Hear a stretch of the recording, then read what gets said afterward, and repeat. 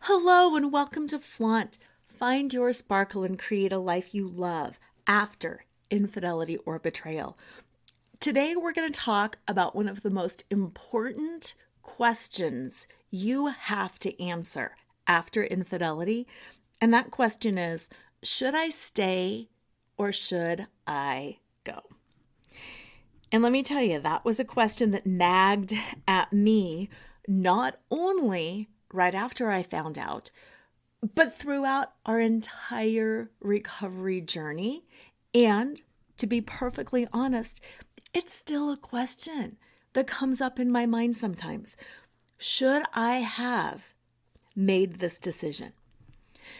And before I walk you through everything that you need to know to figure out, should I stay or should I go? What I want to say is, it is okay to question. Asking the hard questions is what matters. Unless we ask those hard questions, unless we dig really deep and bring up all of that uncomfortable, unknowable stuff, we're never going to get to answers. And what I can tell you from where I sit right now is I know beyond a shadow of a doubt that I made the right decision. And even when I question it today, I very solidly can confirm for myself, you know what? That was the right decision. And even if things change in the future, I am confident that right now I made the right decision. That back then I made the right decision. And most importantly, that going forward, I have the tools, the knowledge, the expertise, all of that I will make the right decision again in the future. And I don't know about you, but to me, that is the most important thing that I can have. That confidence and that trust in myself. Because bottom line, I have myself. You have yourself. And no matter what happens, truly, we are the only person that can have our own back. As we know, being betrayed by the person that we loved and trusted the most, we are all too aware that things happen. Not only from people, but from institutions and from the world, because life isn't fair.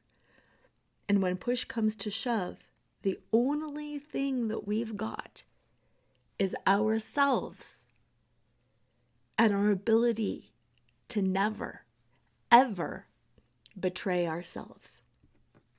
So with that, let's start moving through the process that I used and that I help my clients learn so they can answer the question, should I stay or should I go, with confidence. Alrighty. Very first thing is figuring out who you are and what you want.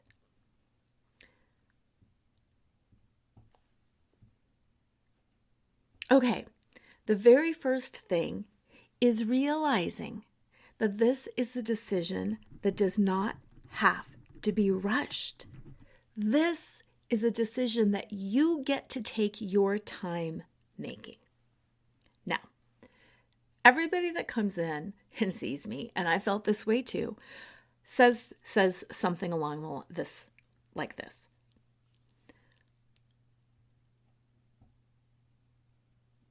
Everyone who comes in and sees me says something like this.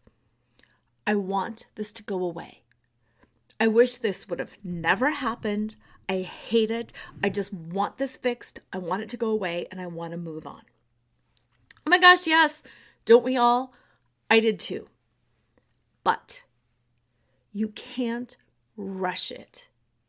If you rush it, you will make mistakes. If you rush it, you're not going to give your body and your heart and your mind and your emotions the time that they need to process. This is a significant trauma. This is a significant disruption. Your entire world view has crumbled or been shifted. You cannot rush through this. And if you rush through it, you're going to experience trauma, pain, upset, confusion, illness coming up in your body in the future as a result of stuffing all of this stuff. So do not stuff your stuff and rush through. Take all the time that you need to figure it out and to process. Boundaries are an important part of the infidelity recovery process. And this is the first instance that you need to put a boundary around you. Whether it is with your unfaithful partner or friends or family or your job or whoever is pushing you, the very first thing you need to do is put that boundary around you and to declare, this is significant and I need time and I need space. And I love myself enough that I'm not going to rush this healing journey because I value feeling good and being healthy and having healthy relationships. And because I value all of that, I'm going to take the time and the space I need right now to grieve and to process and to learn and to figure this out. So that's the first thing. Do not rush. Take all the time you need to feel your emotions fully and to start the healing as you figure out what it is that you want to do. As you figure out whether you should stay or whether you should go. So then that's that next step in figuring out if you should stay or should you go, is figuring out, what is it that I want? What do I want to do? Now, what I want you to do is just give me a knee-jerk response. Without analyzing things in like 3 seconds or less. What do you want? Bam. What is that knee-jerk response? What is that first thought that comes into your head? Now, if you're anything like me, that first thought might have been, I want this not to have happened. And like I said, yes, we all wish that this hadn't have happened, but it did. So what is your first knee-jerk response as to what do you want? I want you to write that down. Write that down. I want this to work out, or I want to get the heck out of here. Write down whatever that knee-jerk response is. Because there's a difference between your head and your heart. And I think, especially in situations like infidelity and betrayal, it's really important to understand the voice that's coming from your head and the voice that's coming from your heart, and to be able to balance both of those voices. The voice that's coming from your heart is that knee-jerk response. I'm in love and I want this to work. Or I am so done with this. I can't put myself through this anymore. Or I don't know. I am really at a loss. That is your heart's voice. And what you might even do when you write down that answer is do some little doodles of hearts. Draw hearts, squiggle hearts, paint hearts, whatever it is, just to remind you what the heart wants is. And I'm not saying go there or don't go there. All I'm saying is recognize that is your heart's voice. And until the heart's voice is heard, the heart will continue sending out pangs of longing, pangs of regret, pangs of whatever it is. The heart is broken right now. I get that. Mine was completely shattered to the point that I didn't think I could recover. But as I listened and honored the voice of my heart, that is where my voice started getting stronger and clearer. And I know the same will happen for you. The next thing is figuring out the voice in the head. And that's where all of these questions that I'm about to share with you come in. That's where we have to process and think and plan. One of those first questions, like I said, is figuring out, what do I want? You've answered the question, what your heart wants. So now let's figure out what your head wants. It's my guess that your relationship, before finding out about this infidelity, was not perfect. Why is that my guess? Because no relationship is perfect. Often I would say, I thought I had the perfect relationship and I was devastated. Now, yeah, we had great times and we had horrible times.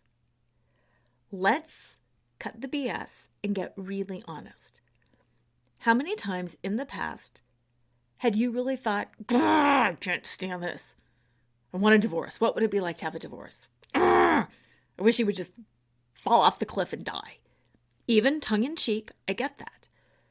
How many times have you vented to a girlfriend, to a sibling, to your mom about, oh my God, you wouldn't believe what's going on? How many times have you read, marriage help books or relationship rescue books? How many times have you been to counseling in the past? It's my guess that, like me, your relationship wasn't perfect. And that's okay. I want you to lean in to that imperfection. And here's why. Not to talk you into or out of what you want, but to get really real that no relationship is perfect. Fairy tales are not real. Prince Charming does not exist. But what you went through in the past helps you clarify and decide what it is that you want in the future. Were you two really good friends, but you couldn't solve problems? Were you two adversaries kind of the whole time? Did you really think that you had each other's back? Or were you always battling, resentment or having some competition between you guys? What was really good about your relationship? And what are you done with? My relationship, like I said, had a lot of really, really good parts. We had a lot of fun together. Sex always worked. Conversation always worked. The way we lived always worked. But we had a really hard time. How to even say it? It wasn't solving our problems, but talking about our problems in a way that was non-defensive and non-judgmental.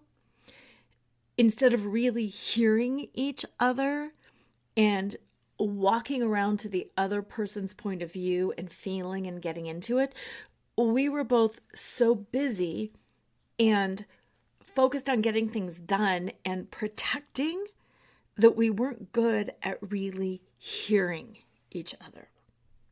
We had a great marriage when it was great. And then when it was bad, it was very bad.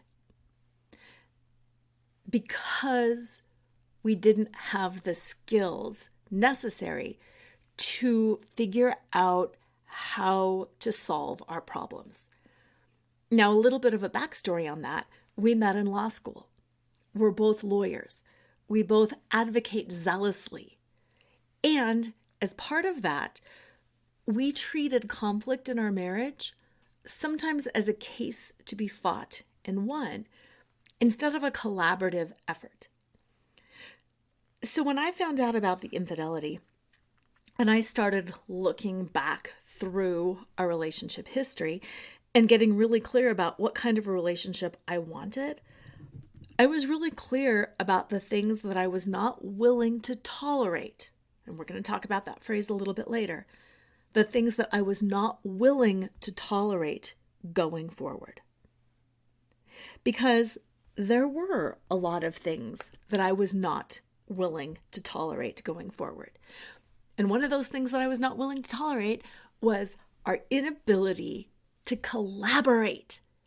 I was so tired of the conflict and the getting personal, and I was not willing to do that going forward. And because I was very clear about that, I was able to express that more clearly that, hey, this is the kind of behavior that really hurts my heart. And in a partnership, I want to be honored and heard and respected. And when I don't feel heard or respected, and when I feel like we're in a non-collaborative space, I'm going to start fighting and you're going to start fighting, and then we're going to start saying and doing things against each other, but really we're on the same team, and I'm not willing to do that anymore. So that was that boundary again. So much of this is around boundaries, but that was about what I wanted in a relationship. And it truly didn't matter to me if the relationship was with Sean, my husband, my partner, my unfaithful spouse, or not. I had to get really clear about what I wanted in a relationship. I wanted play, I wanted joy, but I wanted partnership. And in the past, I didn't feel like some of that partnership was there because I felt we were always, not always, often posturing, that we were often adversaries during the most difficult time instead of partners during our most difficult times. So once I got clear, again, I took the time. I had to process and grieve and feel that. And then I got clear. This is the kind of relationship I want. This was what was really good about it, and I want to keep that going forward. This is what I don't want to keep going forward. And notice that I didn't first lead with, I want you to be faithful. I am not going to tolerate that going forward. No, I'm not going to tolerate infidelity going forward. No, I'm not going to tolerate flirting, conversation, all of that stuff. But I led with the deeper stuff, the stuff that is more vital. And you might have like a push-pull inside saying, not cheating is vital. Yes, you're absolutely right. Not cheating is vital. However, I think it's important to lead with what is that flavor of the relationship that has nothing to do with the cheating. Because most of us will not tolerate cheating in our relationship. To most people, that is a violation. So let's get into the meat and potatoes of the relationship. What do you want it to be like?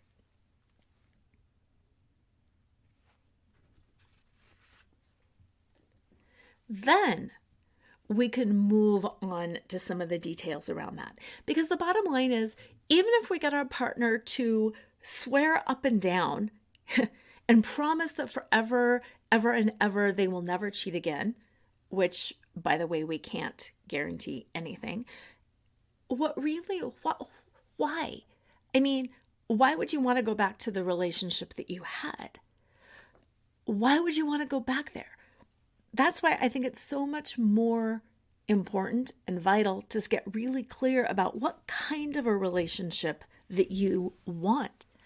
Then once you have that vision for yourself and for your relationship, then you can start sharing that with your partner and seeing if they're even interested. Why get into the cheating right off the bat? We already know that's a problem. Let's get into the vision of the relationship. Share that vision with your partner. Your partner might not be interested. And here's the thing. Here's the truth of the matter. We can't control another person. We can't change another person. The only thing that we can do is clearly communicate who we are and what we want and set up boundaries around that, and then let the other person decide whether they want to come in or not. And I think that's one of the scariest things that I ever did. Because in my case, my heart wanted to stay married. My heart loved and still loves my partner, Sean. But my head was really afraid. And when I got really clear about what was wrong with our marriage and what I wanted to change, I wrote out a vision. The marriage that I always want and always wanted looked this way. This is the vision of how I want it to be. And I love myself enough to know that if somebody else doesn't want that, then I don't want them. And again, that's why I got really specific about the core feeling of the relationship. It's not like I want to live in a blue house and I want to have this kind of a dog. Those are some of the life details that don't totally matter that much. It was the flavor of the relationship. I wanted to be in partnership. I wanted to be on the same side. I wanted to be able to fail. I wanted to have grace and space for error. But my bottom line was that I wanted to be seen and known and understood. And I wanted to know my partner on a deep, deep level, so that even when we completely disagreed about politics, about religion, about our family, about kids, about anything, that we could at least know where the other person stood on such a deep level that we would be okay with it. As a lawyer, oftentimes you get a client and you have to argue on their behalf, even though you might not agree with who they are or what they did. Even though you might believe the other side's case is stronger, it is your job to zealously advocate on behalf of your client. And that was the standard that I came to my husband with. I said, even when we disagree, I want you to know me and my heart so clearly that you can zealously advocate on my behalf, even if you don't believe it. And I want to be able to do the same for you. And unless I know you that well, and unless you know me that well, then I don't want to be in this relationship. And yeah, there was a lot of terror, a lot of fear around that.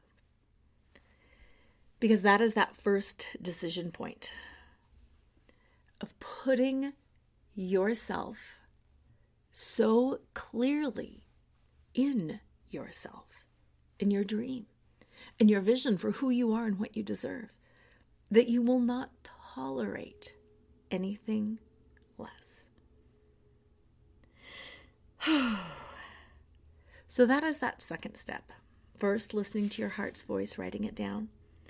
But then second, taking all the time that you need to get really clear about what you want in a relationship and who you are and how you want it to be, and then communicating that to your partner and letting them decide. Let go and let them decide. Because here's the thing. It's hard either way. Staying is hard and going is hard. They're hard in different ways, but they're both hard. Not only are they hard either way, but there's no guarantees either way. And unless you have that common vision, and you have shared that common vision, and you have both, quote unquote, signed off on the common vision, there's nothing guiding your direction. And it makes it all too easy to fall off track. You both need that vision. Now, if your partner says no thank you, you have yet another choice. Are you going to betray yourself by giving in, by saying, that's okay, I don't really need all of these things? Or are you going to honor yourself and your vision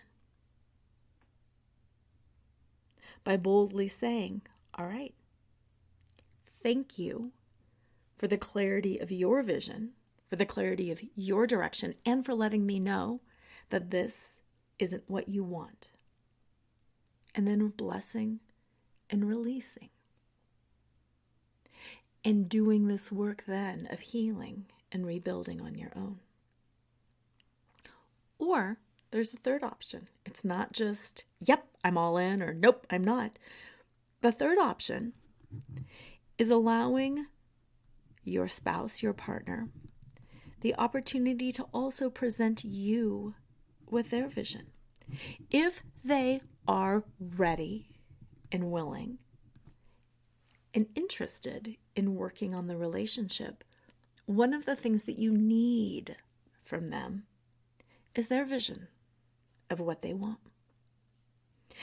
And when they present that to you, then you also have the option of accepting it or rejecting it. Now, my husband and I did this, and it was interesting because we had so many similarities, but sometimes we just described them a little bit differently. And then it gave us a chance to really start getting in to each other's vision and to be okay with, oh, I get this. Let me think about this. For example, we are both very independent people, and we both have a lot of interests.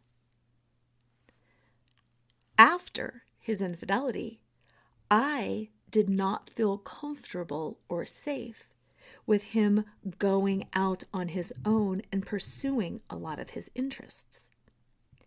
And he understood that. And he was also very clear that pursuing his interests one-on-one was still important to him. So then we had to figure out a whole series of rules, a whole series of how do we have difficult conversations? When do we have difficult conversations? And then those conversations enabled us to connect further. Now, even if you and your partner are deciding, I don't want this, you might still be co-parenting. You might have family and friends that are still mutuals, and you're still going to have some of these conversations around what does this look like going forward. Now, here's a series of things that I'm going to ask you, questions designed to facilitate some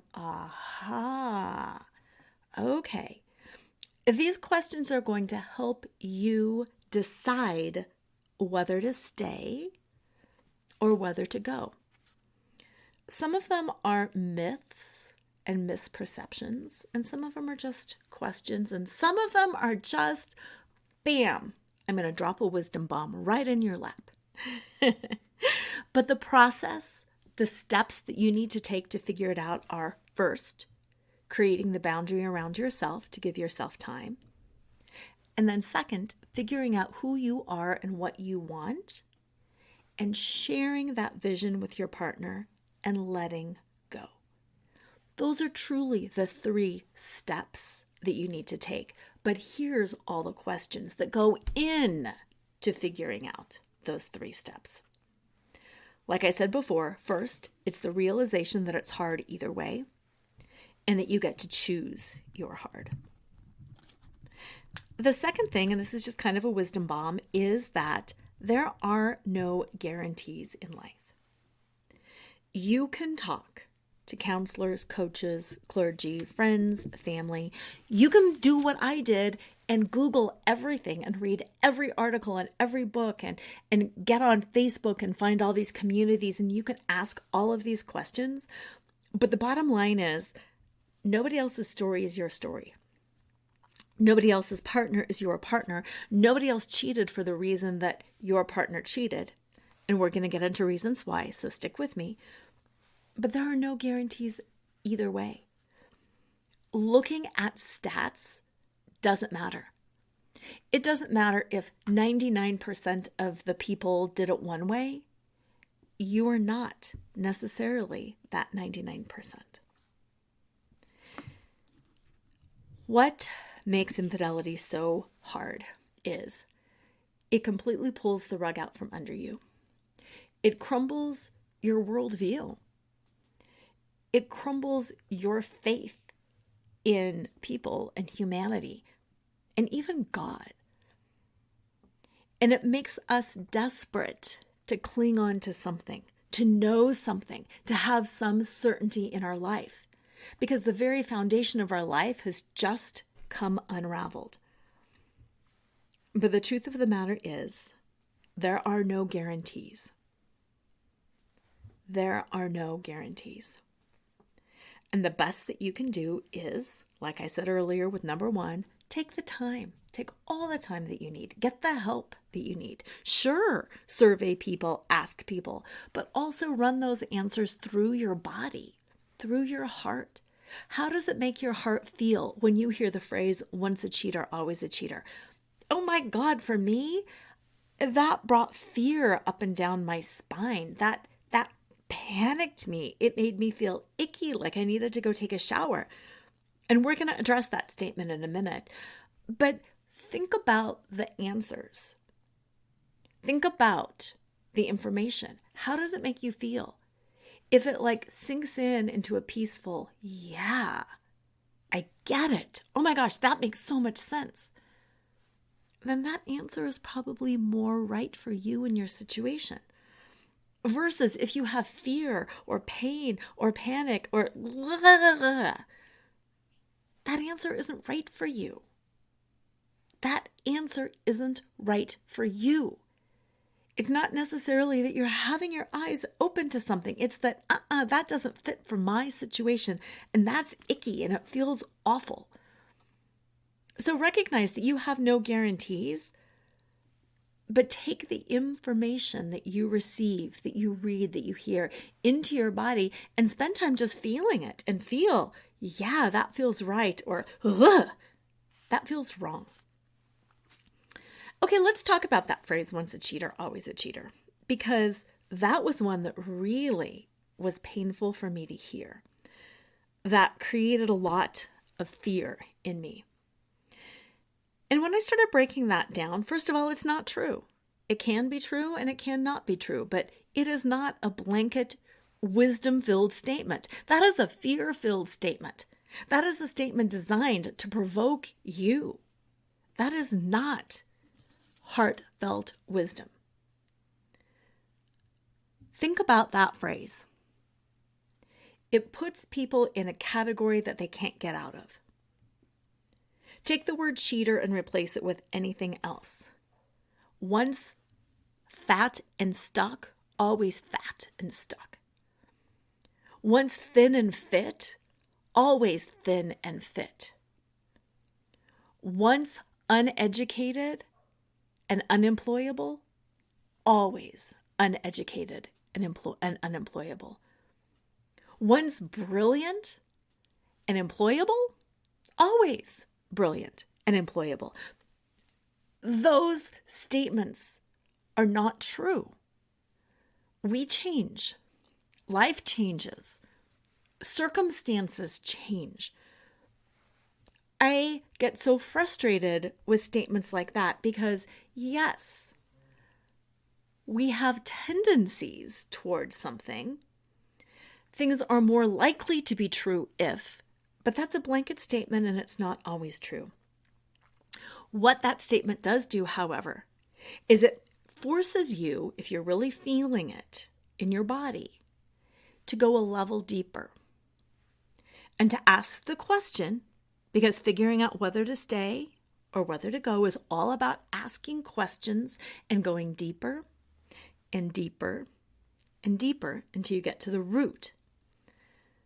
Once a cheater, always a cheater begs the question, why did he cheat? Why did she cheat? Why did they cheat? Why would I cheat again? Why would he cheat again? Why would I want to continue this behavior? So think about some of those answers. Why do you cheat? Is there an addiction going on? Why did your partner cheat? Possibly there's an addiction. That's what's really going on. Can that be addressed? Yes. Can that be addressed? No.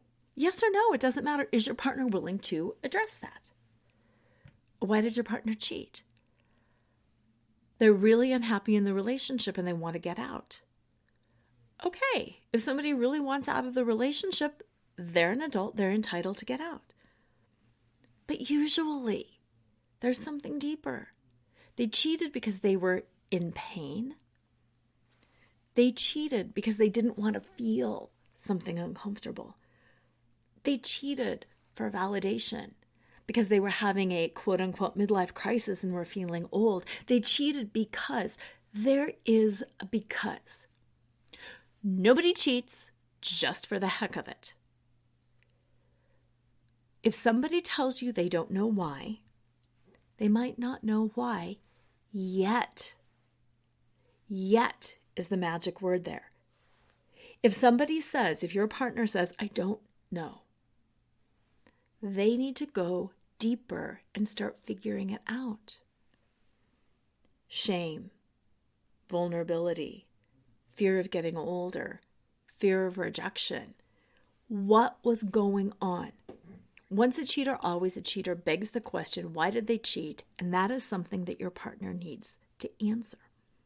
If they're not willing to answer that, if they're not willing to start the process of going deeper, then it's going to be really hard for you to stay unless you're okay not knowing the root cause. That, for me, was very important. I needed to get into my head and figure it out. Why did he cheat? What caused it? How can this not happen again? And I was okay being patient while he figured it out. Because most cheating is very dark and deep-seated, and it goes to a pain. A pain probably from childhood. A soul wound. And if your cheating partner cheated, it meant that they weren't in touch with that soul wound. They weren't in touch with that pain. They weren't allowing themselves to feel and heal and process. They were acting out as a way to not feel that pain. They were acting out because they didn't know what else to do. Cheating is a tool. It's not a helpful tool, but it is a tool. That, for me, was what I needed. I needed to figure out why. I needed to understand the why. My husband did not know the why, but he was willing to figure it out. It's taken a long time for him to figure it out, and it's a process.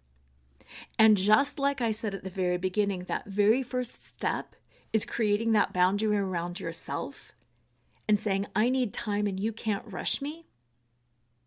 That was something that my husband also needed. He needed time around him and he needed not to be rushed. So as you can see, there's some conflicting interests there. I need this resolved and he needed the time to figure it out. But number 2, what do you want? Giving him time gave me what I wanted. My number 2 was, I want to stay married, I love him, and I want to figure this out. If I want to figure it out and he needs time, I need to give him the time because it's in my best interest. See how that works? We can't demand something of somebody else in our own timing. I need a time, he needs time. I'm giving him what he needs because ultimately it fulfills my needs. So much of this, in a way, I would sometimes think this just feels selfish. But it's not selfish, it's fulfilling your own needs. What will people think? Oh my gosh, that is such a big one in figuring out, should I stay or should I go? Do you know what comes up for people I coach all the time? What will people think? Do you know my answer? I don't know what people will think. You don't know what people will think. And that's the thing. We think we know what people will think because everybody presents their life the way they want us to view their life. What goes on behind closed doors, we don't know. What people are feeling and experiencing inside, we don't know.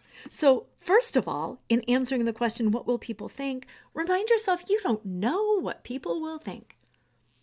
9 times out of 10, we're surprised. 9 times out of 10, we come up to somebody and we're like, oh my gosh, I've got to tell you this. And they're like, yeah, me too. You wouldn't believe what happened to me. And we go, what?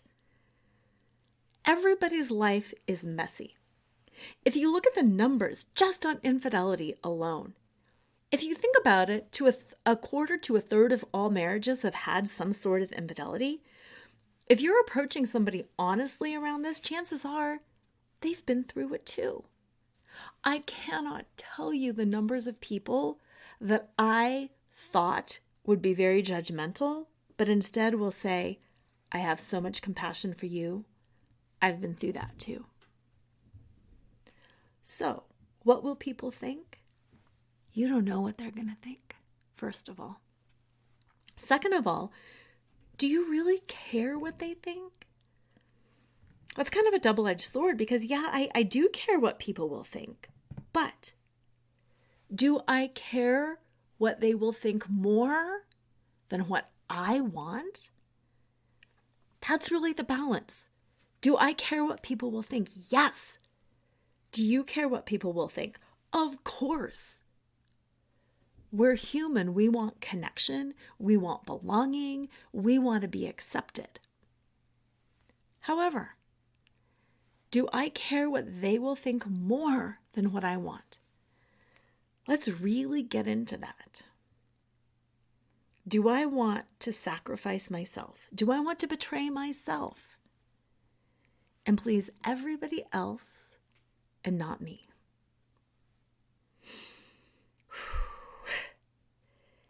As women, we have been conditioned to please. We have been conditioned to be the good little girl. We've been conditioned to give people what they want, to smile, to please. This goes back again to step number 2. Who are you and what do you want? What do you want? 9 times out of 10, we can come up with a solution that is workable for everybody.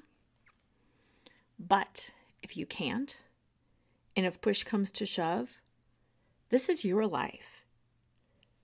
This is your legacy. This is your health, happiness, well-being, all of that.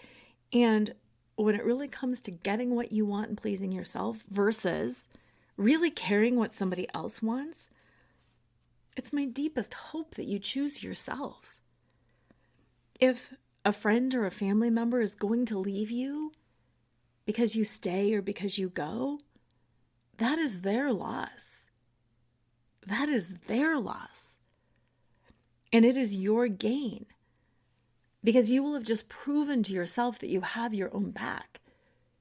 You will have just proven to yourself that you're not going to betray yourself and that you are safe with yourself and that you can trust yourself.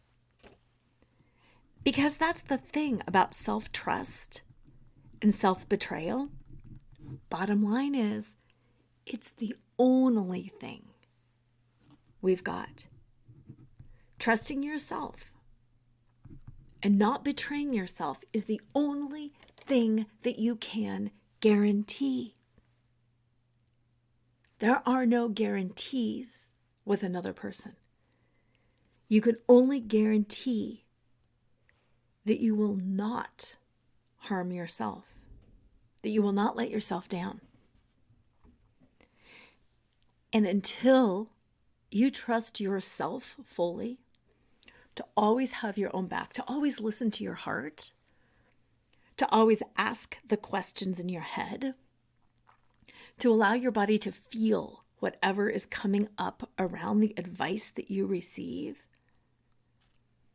you got nothing. You can't trust another person. And oh my gosh, I know so desperately we want somebody smarter than us, more experienced than us, who's been through it and who knows to make the decision for us so we don't have to do that hard work. Just decide, pick it out, figure it out. It's going to be fine. And I'll live it. I'll do whatever you ask. But that's not owning our agency. That's not having agency. That's not truly being an adult. There's all those memes out there about, being done adulting. Yes. So many of us are done adulting. I get done adulting by probably 8 o'clock every evening. I'm done adulting.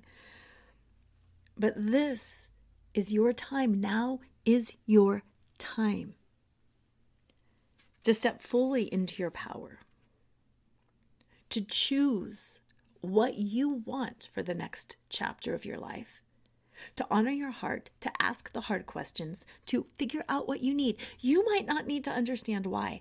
I needed to understand why. I will say, if you do want to stay and work things out, I do feel like understanding why is important unless you are okay with it happening again. Because until we understand why, the chances of it happening again do go up. And again, if your partner needs time, that's fine.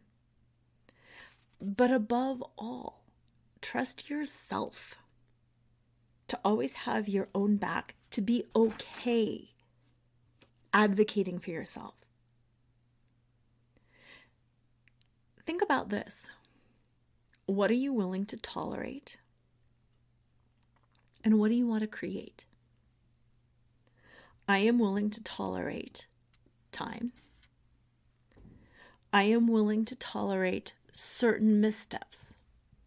And by that I mean I am willing to tolerate awkward fighting that goes down the wrong path. I am willing to tolerate confusion and pain and growth and learning and doing things wrong. I am not willing to tolerate any form of infidelity or cheating, whether it's online or in person. I am not willing to tolerate contact with any affair partner ever in any form. There are certain things that I am absolutely not willing to tolerate anymore, and I have been very clear on that. But equally as clear, I'm clear about what I want to create, about that mutual respect, about really knowing each other, about advocating on each other's behalf, about joy, about friendship, about fun. And this folds right into that whole realistic expectations. Because we do have to be realistic that as badly as we want to create something different, as badly as our partner may or may not want to create something different, life is hard and life is messy. And even though your partner might be in counseling or coaching or therapy and you're working with people, things are still going to go wrong. So having those realistic expectations that I want mutual respect, I want to solve problems in this new way, and change is hard. And when it feels like change isn't moving forward, then I am okay leaving. Which kind of circles into those whole core values and beliefs. What are your core values and beliefs? And how can you continue to create the kind of life that you want around those? What is the kind of emotional support you want around you want to have with your partner? What do you expect them to do? What do they want to do? And how does this all work together?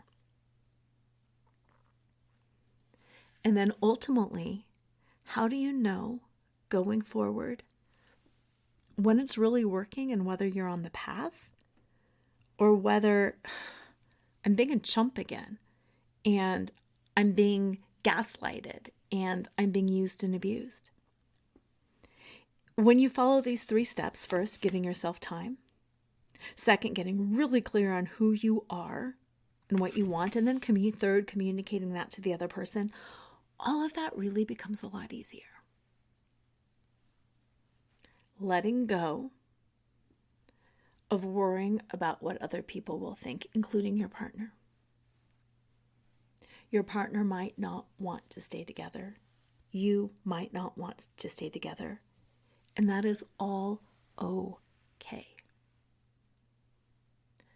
If you're not going to stay together, what is the vision for the next part of your life?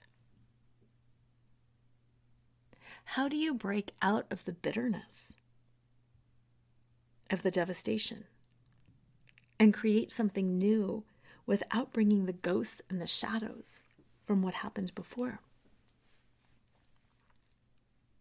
What kind of a relationship do you want next time, or do you want a relationship next time? What are you going to take away for yourself from this experience? One of the big things that I thought about was, wow, this has taken away so much of who I am and how I thought life was. And it's fundamentally changed me.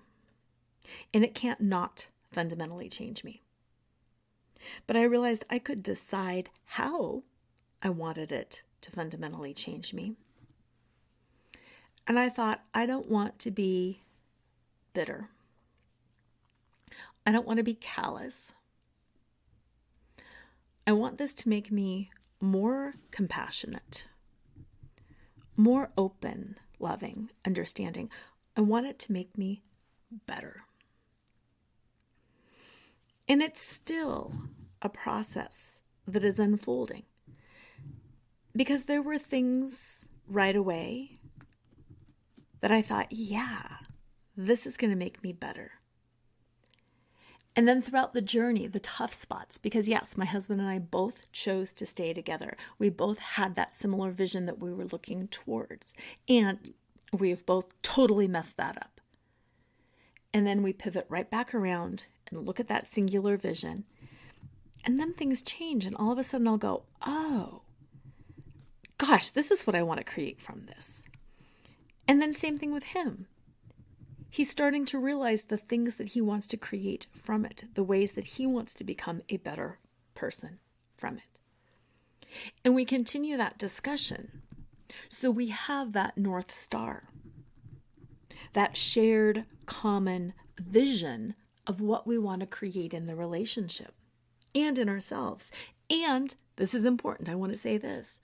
We're also very clear that if our collective joint North Star starts separating, that's okay too, because we honor and love and respect each other enough to want the best for the other person.